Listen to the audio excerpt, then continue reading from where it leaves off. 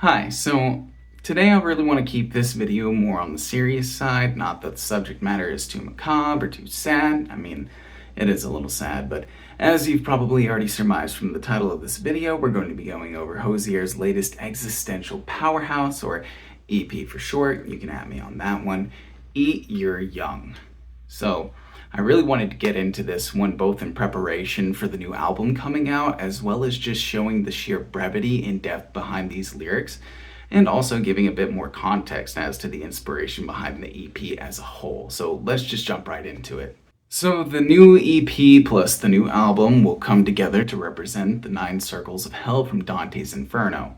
Why Dante's Inferno? Well, during the lockdowns, there wasn't much work to be done for musicians aside from writing. Touring was definitely a no-go. So with all that extra time, Mr. Hozier sat down and got to work reading on all of the novellas and books and poems he never got to before, and one of those were Dante's Inferno. So if you've read that book, then you might have also made the same metaphorical connections that he did in comparison between what was going on in the book and what was going on during the lockdowns. And that sentiment can definitely be felt in the lyrics. Eat Your Young, being the first track on here befittingly, I feel more so embodies the distaste that Hozier has for not just the powers at play where he is, but all over the world.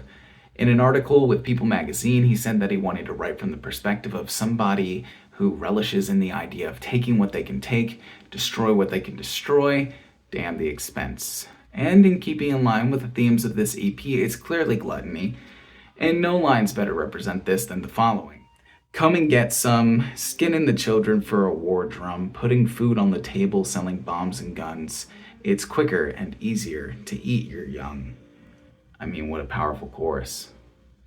So the second song on the EP, All Things End, takes your typical breakup song and flips it on its head, and broadens itself to more represent what was being felt at the time. There was a lot of fear, anger, change, loss, and that can be a very hard thing to go through. But it's that optimism that he juxtaposes with that grief that comes with endings, whether it be losing a relationship or losing a loved one. The latter half of the chorus says, and just knowing that everything will end should not change our plans when we begin again. Now that's an amazing amount of confidence not typically found in a breakup song, but thankfully this isn't your run-of-the-mill self-pity ditty. I feel as though it's more like a breakup between comfortability and consistency. And at the time, depending on what that comfortability is, it can feel a lot like heresy. At least according to Hozier's interpretation, which again would fit neatly right into that whole 9 circles metaphor he's trying to build.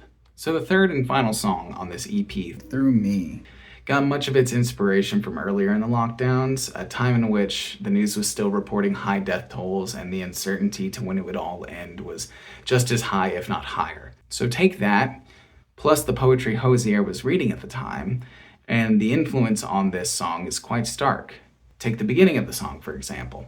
He describes a man standing along a shoreline as he struggles against the currents from pulling him out to sea. At the same time, he's also struggling with coming to terms with his own strength to get through that, much like the strong current that was COVID, testing the world's strength to get through that as well. Now, the second verse starts off with imagery of freshly dug graves and standing at the metaphorical edge of the world. Now, that hits so much harder when you read the following lyrics. But try measure loss. Measure the silence of a house, the unheard footsteps at the doorway, the unemployment of the mouth, the waking up, having forgotten, and remembering again the full extent of what forever is. Now, they say most great songs come from personal pain, but I truly do believe that he took the collective pain of the world at the time and funneled it directly into this song. The final lyrics of the last chorus do so much to represent this idea. Every time I'd flow through the world, I'd see that the world, it flows through me. So aside from the subject matter, I just really want to say how much I love this genre blend that we're getting. The soul, the blues, even gospel. It's typically a sound that we associate with places of worship or spirituality, but it's that unity found in those places that he takes and injects directly into these songs to help break down barriers between creed, race, religion. It doesn't matter. When you're listening to those beautiful piano melodies, the bluesy guitar and bass scales, or even all of the amazing choir and harmonies all over the place, they all come together to form something truly powerful. I guess I'll give it a firm 9 out of 9 circles of hell. Now, I know it only displays 2, gluttony and heresy, but hear me out. For what we already have right here, I feel like it does such a great job of capturing the message Hozier is trying to get out there right now, and honestly, I just can't wait to hear Unreal Unearth.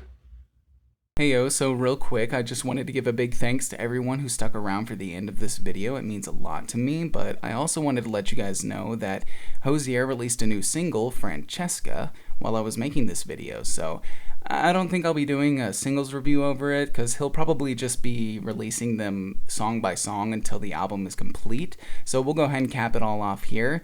Either which way, I really appreciate everyone who watched, and have a nice day.